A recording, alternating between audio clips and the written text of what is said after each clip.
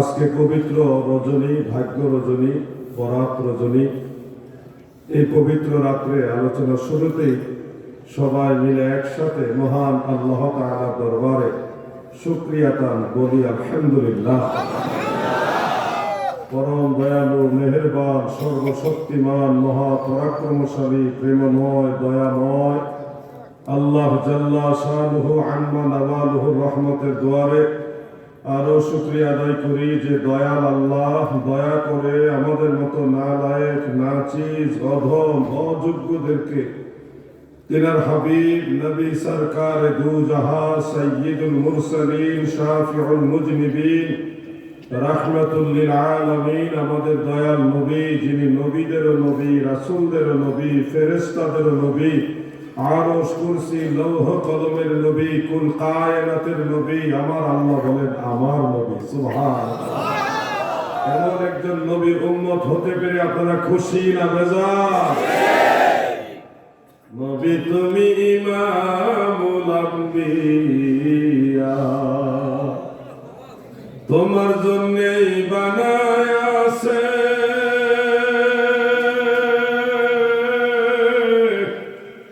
আমার আল্লাহ এই সারাটা দুনিয়া গো নবী, নবী তুমি ইমামুল আম্বিয়া। আল্লাহ হাবিবের কথা বলতে ভালো লাগে, কারণ আজকের এই রাতটা শবে বরাতের রাতটা পেয়েছি নবীজির উসিলায়।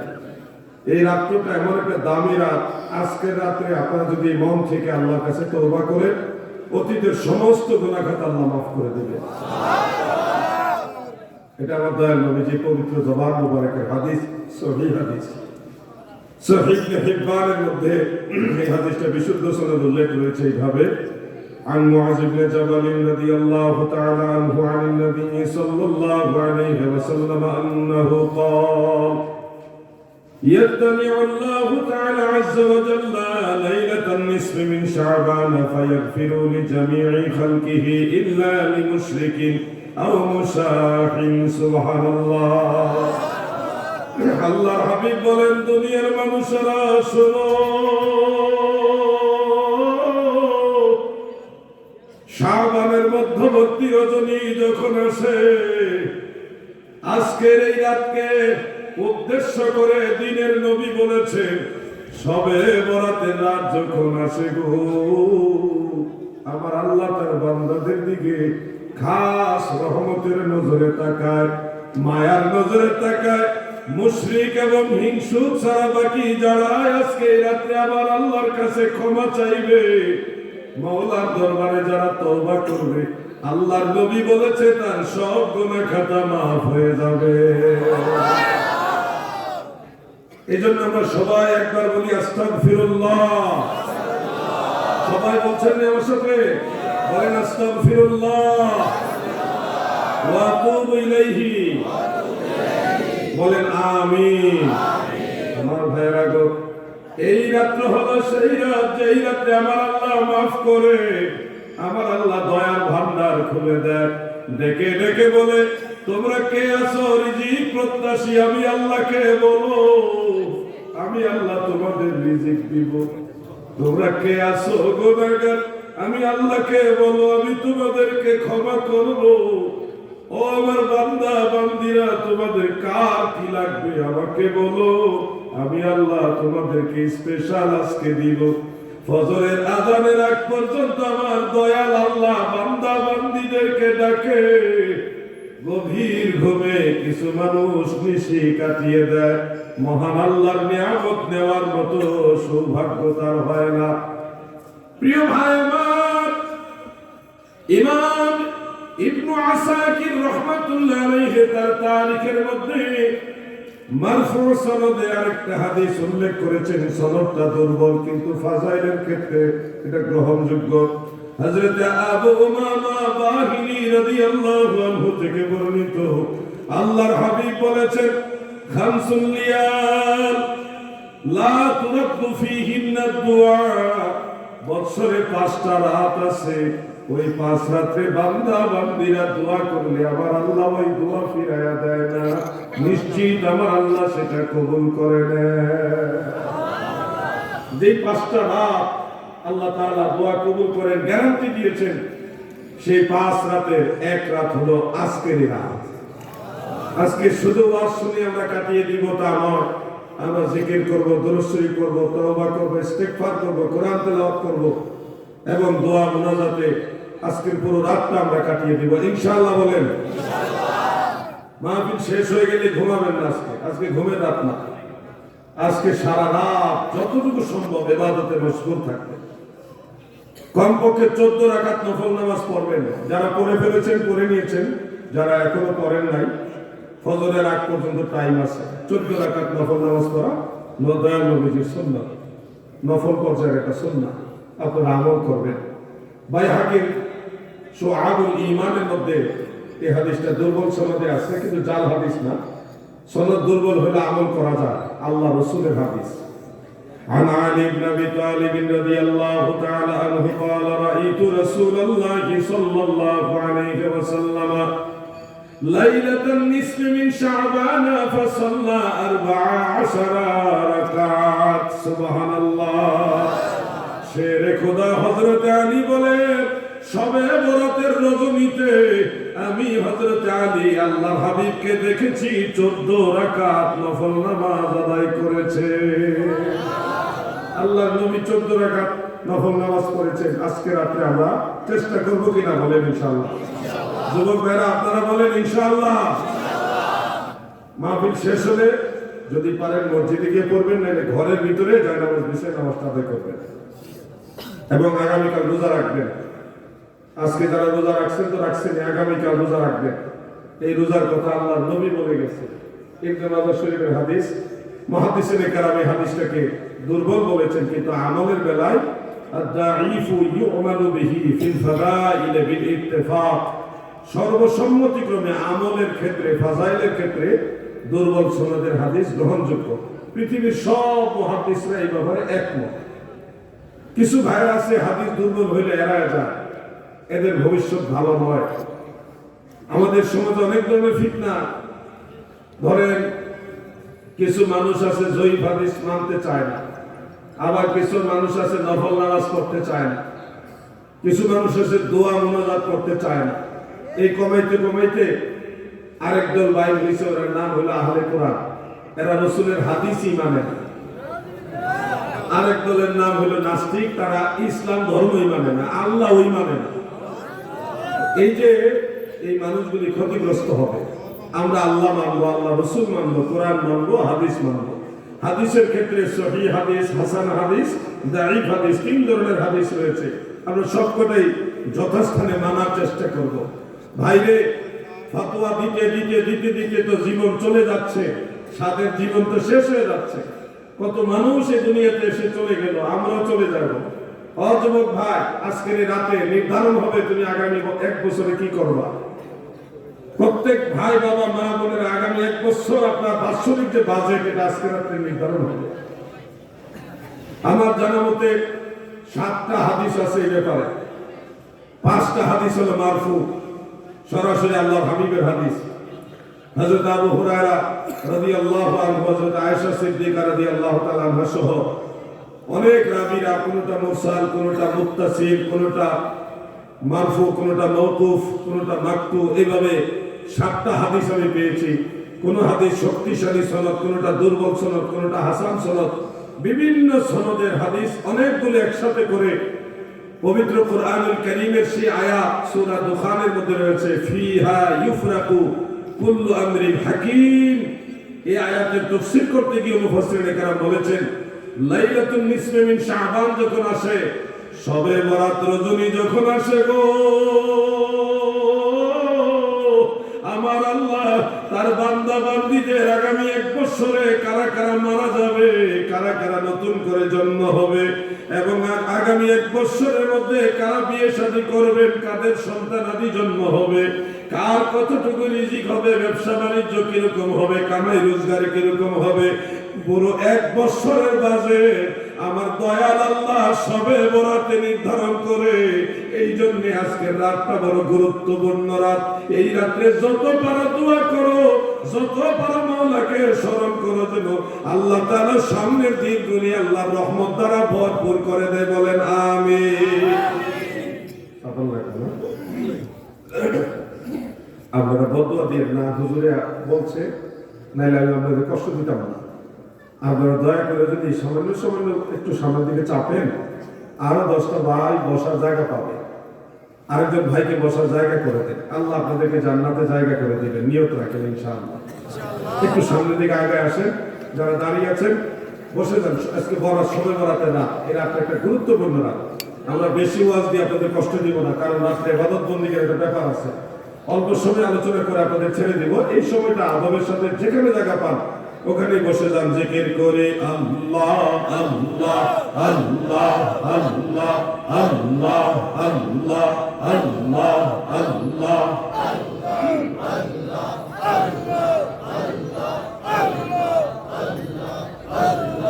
আল্লাহ আল্লাহ আল্লাহ আল্লাহ আল্লাহ। সাদের জীবন বিফলে গো, সোনার জীবন বিফলে, ও নবী আপনাই না পাইলে। আল্লাহ আল্লাহ আল্লাহ। সাদের জীবন বিফলে গো, সোনার জীবন বিফলে, ও নবী আপনাই না পাইলে। আল্লাহ আল্লাহ আল্লাহ আল্লাহ আল্লাহ আল্লাহ। কোরআনে শুনেছি আমি গুনাহগারের বান্ধব তুমি, ও আল্লাহ আল্লাহ। হাদিসে শুনেছি আমি গুনাহগারের বান্ধব তুমি, ও আল্লাহ আল্লাহ আল্লাহ। পিলায়ও কাউসারের পানি ময়দানে হাশরে, হে নবী আপনাই না পাইলে। আল্লাহ আল্লাহ আল্লাহ আল্লাহ। সাদের জীবন বিফলে গো, সোনার জীবন বিফলে, ও নবী আপনাই না পাইলে। আল্লাহ আল্লাহ আল্লাহ আল্লাহ আল্লাহ আল্লাহ আল্লাহ আল্লাহ আল্লাহ।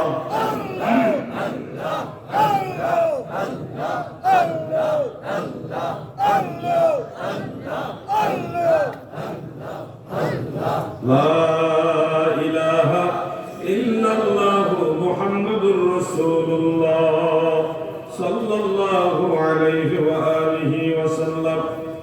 প্রিয় ভাই আমার, এই মাহফিলের মধ্যে আপনারা যারা আদবের সাথে বসে আছেন এবং কোরআন হাদিসের কথাগুলি মনোযোগ দিয়ে শুনছেন, আপনাদের বসে থাকাটাও বিফলে যাবে না।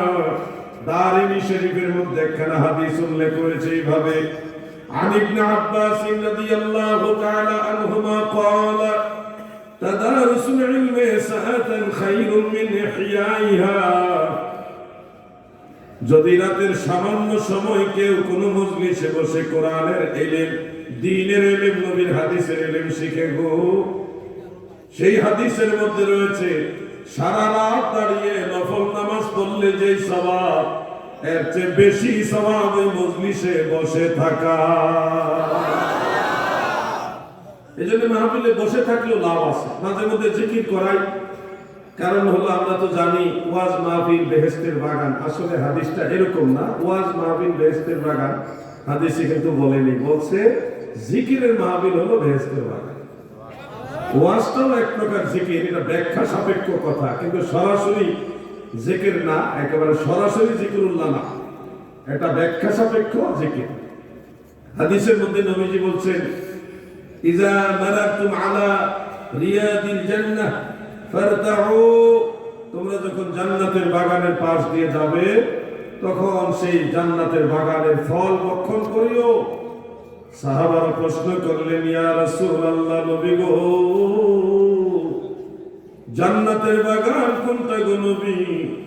আল্লাহর হাবিব উত্তরে বলেছেন, হিলাকুল জিকির, জিকিরের গুণ বৈঠক যেটা, ওটা হলো দুনিয়াতে জান্নাতের বাগান। এই যে আপনারা এদিকে ফিরছেন, আমরা ওইদিকে ফিরছি, আবার ওনারা এদিকে ফিরছে, ওনারা এদিকে ফিরছে, একটা গুণ বৈঠক হয়েছে না? সবাই একসাথে বসে যে মজলিসে জিকির করে আল্লাহ হাবিব রাহমাতুল্লিল আলামিন বলেছে ওটা জান্নাতের বাগান।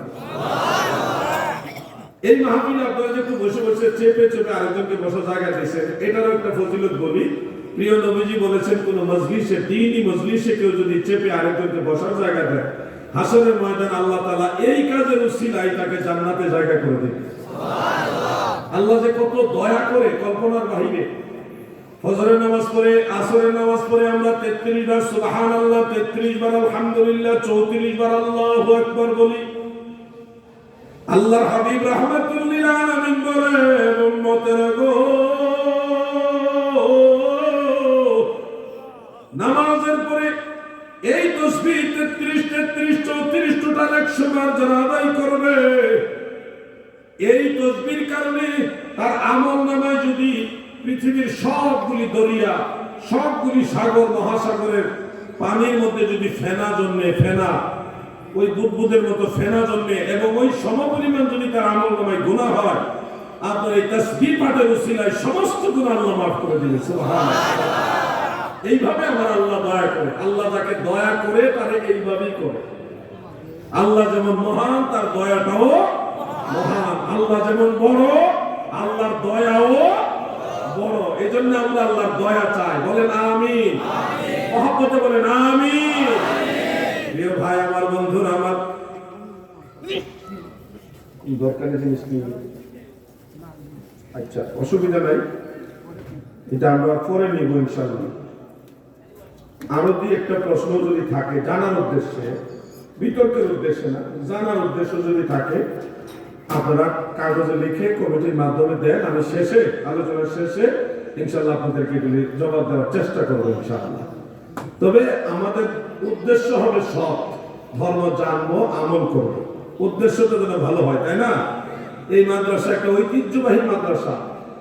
প্রিন্সিপাল হুজুরের সাথে ওনার সহকর্মী যারা আছেন, দিন রাত, মাসের পর মাস, বছরের পর বছর অক্লান্ত পরিশ্রম করে নবীর প্রেম বাগান টিকে রাখছে, কোরআনের বাগান টিকে রাখছে।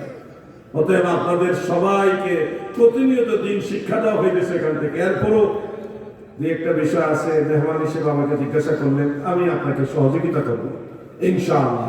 বলেন ইনশাআল্লাহ। আমার দাদু ভাইয়েরা যে কথাটা বলছিলাম, আসেন না আমরা একটু দুই একবার দুরূদ শরীফ পড়ি, নবীর মহব্বত বাড়বে। আল্লাহুম্মা সাল্লি আলা সাইয়্যিদিনা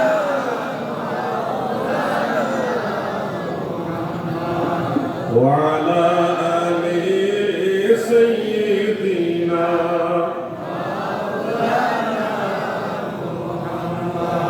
গাহরে মুসলিম